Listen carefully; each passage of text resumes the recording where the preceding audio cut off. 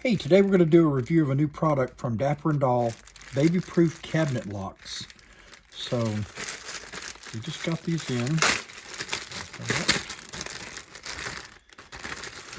there's 1, 2, 3, 4 in a pack. And they're individually wrapped, so, you know, if you don't need all of them at one time, you can keep them together.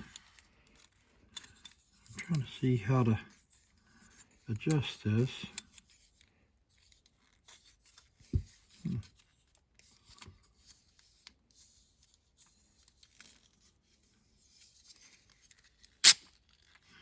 Well, I know that way works. Oh, okay, there we go. So you just squeeze these ends in and it will open up. And on our cabinets here, I'm going to pull it back to the last notch. There. And then I'm going to just slide it forward.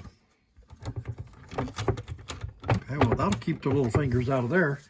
So the baby-proof cabinet locks from Dapper&Doll. So, seems easy enough to operate once I figured it out. Thanks for watching, guys. Have a great day.